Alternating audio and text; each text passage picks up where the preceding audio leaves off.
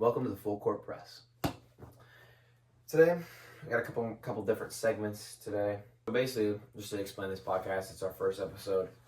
We're just gonna be talking about NBA talk, from questions to drafts from mock drafts to different segments to blind rankings. We got about everything. First segment. Who's the best in the NBA right now, player wise? Alright, so I always think player wise, just looking at the best, there's always the safe answers.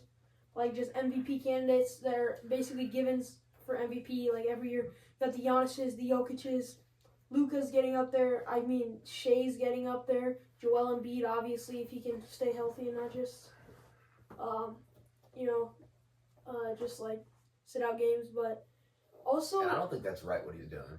Yeah, just the load management is you see the NBA is starting to investigate the load management too.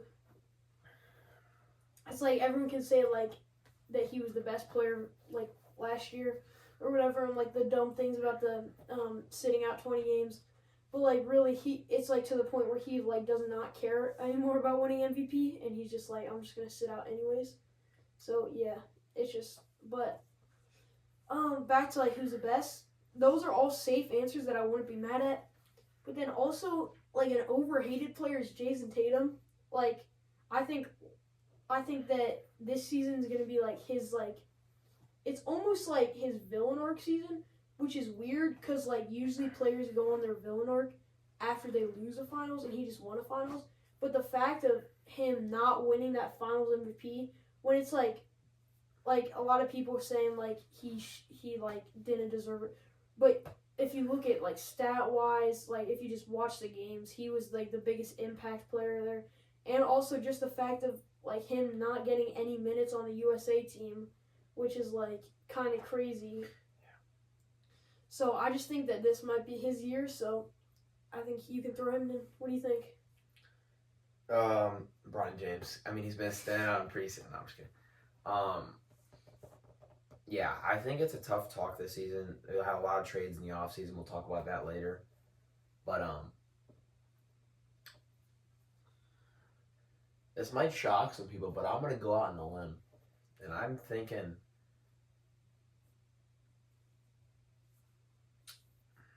it's hard to put someone over Jason Tatum because of his performance last season. And I know he's aura farming and everything like that, but even though people hate him, like you said, he's over it. He doesn't deserve it. He's a good basketball player. And he's 25 and he just won his first finals. LeBron didn't win his first finals until he was 28. Either did MJ. Kobe won at 27. So, but the best player this season, of this upcoming season, will be SGA.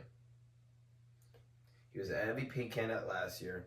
It took an early fall in the playoffs, but SGA, obviously I'm a Thunder fan, so I'm maybe biased, but SGA will be the best player in the league. They'll win MVP, and Thunder will go on to win the finals. Also, I forgot to mention a player. I think Jason Tatum, but also Anthony Edwards is one of the only other guys who can contest with that. I think that really, a lot of people we're thinking about the Timberwolves trade and saying that trade with the Knicks was bad. But when you look at it, really, they just got a better spacer. Dante DiVincenzo, he's a 3-and-D player. He's one of the best at playing, at shooting, just catch and shoot threes, getting back on defense. I mean, he's white, yeah, so. Yeah, and then also adding Julius Randle, I think that just upgrades the Minnesota Timberwolves a lot, and it also just shows that they're really starting to put more weight on Anthony Edwards to play better, because Karl Anthony Towns was one of their other main scorer guys, and now Julius Randle, I guess he's decent at scoring, but that's not really his full special suit. He's just more well-rounded. I would say that Cat's better at getting a bucket. So yeah, I think Anthony Edwards is definitely going to have a great season this year, and he's going to be in the MVP talks as well. Yeah, I agree with that. Got a blind ranking for you. All right, hit me. Sit up for this one. Blind rank these 5 NBA celebrations without knowing what comes next. Alright. Mikal Bridges gun celebration. Alright. I think. We're talking all time too. Alright. I think that this. Be careful. I want to put this high, but I feel like there's gonna be some sort of Kobe celebrations up there. Some sort of like Reggie Miller. So I really love this celebration. I think this is one of the best current celebrations. But I'm gonna put it at. There's so many good ones. I'm gonna put it at 4. Steph Curry night. All right, this Olympic edition. Iconic Olympic edition. Olympic edition. I'm gonna put it right above that at 3. It's great, but I just think there's some better ones. Okay, arguably one of the best celebrations of all time. Dame time. Dame time. All right, let's think. I'm gonna have to put it 1.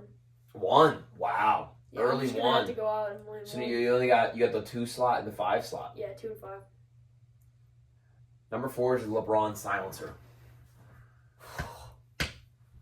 He's about to be hitting me something crazy, but I cannot put the LeBron silencer at 5, so I'm gonna have to go 2. And number 5, which is bizarre that this would ever be number 5 in any rankings, is the MJ shrug. Oh, dang it. I knew it was gonna be MJ or something. Oh, Mikal Bridges. Why did I put that at 4? I should put it at 5. All right, we can hop right into a draft if you're down to hop into a draft. All right, let's go into a draft. I'm ready. All right, we're doing a draft. NBA players over 30 years old that are current. Okay. Over 30 years old that are current. You can start us off. All right. This might be a crazy one, but I'm just gonna go out with LeBron to start off. All in their prime. All in their prime. So there have to be 30 current, but they're in their prime. All right, yeah, LeBron. See, this is the thing. At number 1, I have the advantage. I'll take Steph Curry. All right, that's interesting because, see, I thought you were gonna take KD. I was going to, but I took Stephen Curry. All right, I'm gonna go ahead and take KD, put him at my 3, LeBron at my 4. I'll take prime Paul George. Paul George. Okay. All right. See, now I'm gonna take prime Dame. Take prime Westbrook. All right. So Westbrook is your 2 guard. Yeah. All right. See, now I'm gonna get. I have a lot of scores now, so I'm gonna pair up LeBron's defense with Kawhi's defense. I need prime AD. At your center. That doesn't get much better than that. That's a good pick. That's a good pick. All right. I might just be going out on like some of you might hate this one, but give me prime Brooke Lopez at my center. I'm gonna play small ball. I'm pushing. Who did I just pick? You have Paul George at yours. I'm pushing Paul George to my power forward.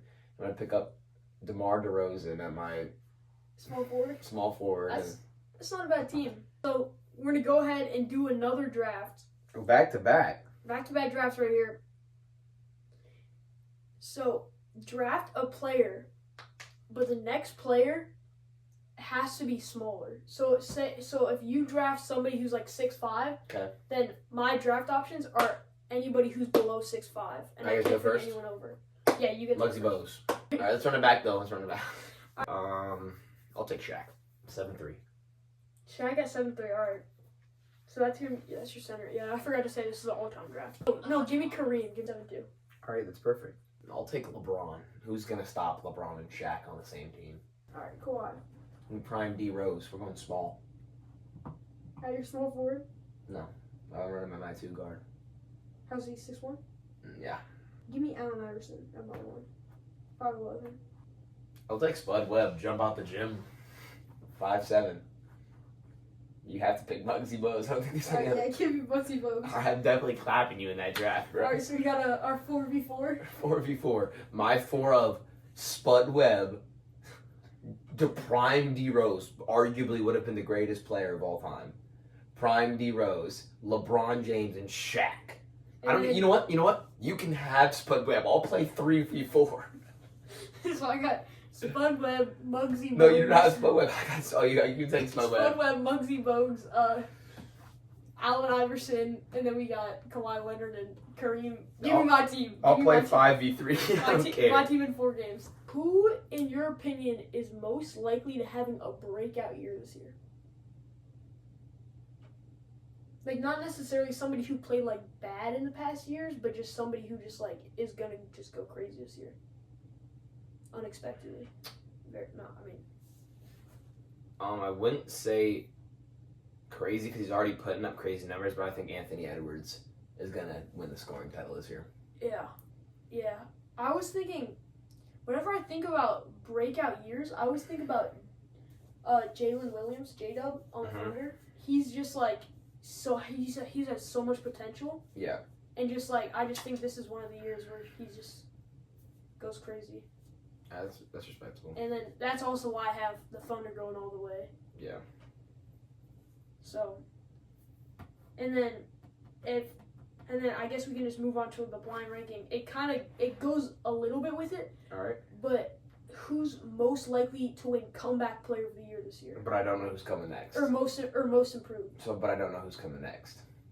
Yeah, blind ranking. You don't know who's coming next. All right. Okay, so number 1, LaMelo Ball. 5.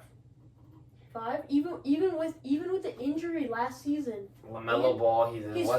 His first game of the year, he dropped 35 points, and you're putting him at 5. It wasn't that big of an injury. He won't win most improved player. He dropped 35 in his first game. You have to think of he was already held to a standard, so he's not going to win most improved because he's not going to improve that much. Because before he got injured, he acted like he wasn't dropping 30 balls like it was nothing. He won't win most improved because he was already at that standard. All right. 5. All right. You can do you. Lonzo Ball. 4. Lonzo Ball is going to come back and he's going to have a great season. So you think he's not likely though? You're putting him at 4. You probably got. I'll give him 3 because he's probably going to be some better players on this year. Steph Curry. We already saw him in the Olympics. Yeah. So what do you? I would put him at 5, but I have to put him at 4. He's not injured right now. All right, Anthony Davis. 1. Anthony Davis will miss for that year. Do you see prime AD when AD is healthy? He's better than Giannis and better than Joel Embiid. I don't care what anybody says. All right, you want to tell your 2 spot? Yep. Ben Simmons.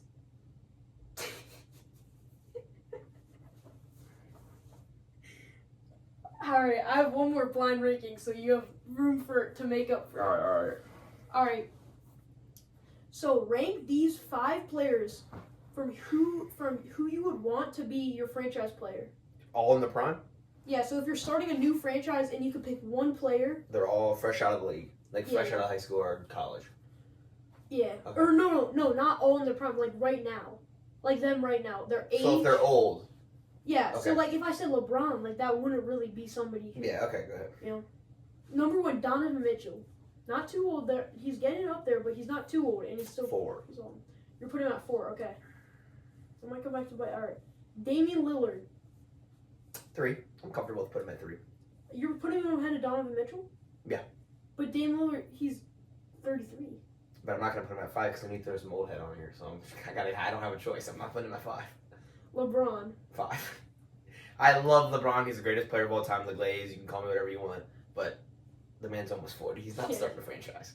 All right. For Shea.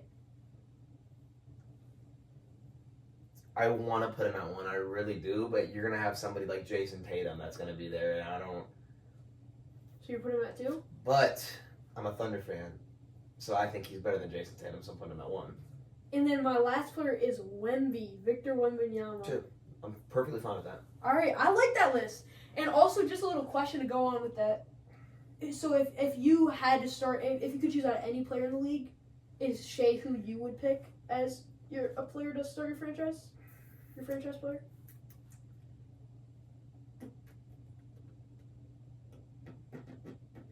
I would pick Shea because if you think about it, Jason Tatum had mentors. Donovan, everyone's had, Jason Tatum had Kyrie. Shea came out of the league played with played with the Clippers for a little bit, and then came right to the Thunder, and he was already in charge of the team. Mhm. Like he had to do so much for himself, and he has the third highest average points in NBA history. Yeah. So Yeah, I just think it's crazy how it's like some players are like just like bolted into that starting role, you know? Yeah. Like, because at that point, Shea was the best player on the Thunder's team, and he was like the youngest. And like out of and still even the Thunder are like, what is their average age is like 25. 25 or something like that. Just the fact of like, it's like all these guys are like growing up together. We already see the team chemistry show out like every game. Shea's definitely up there, but overall, if I wanted to start a franchise, like I think that I would probably, let me see. Give me England. My pen in his book bag, add it like can to the good to the lip bag.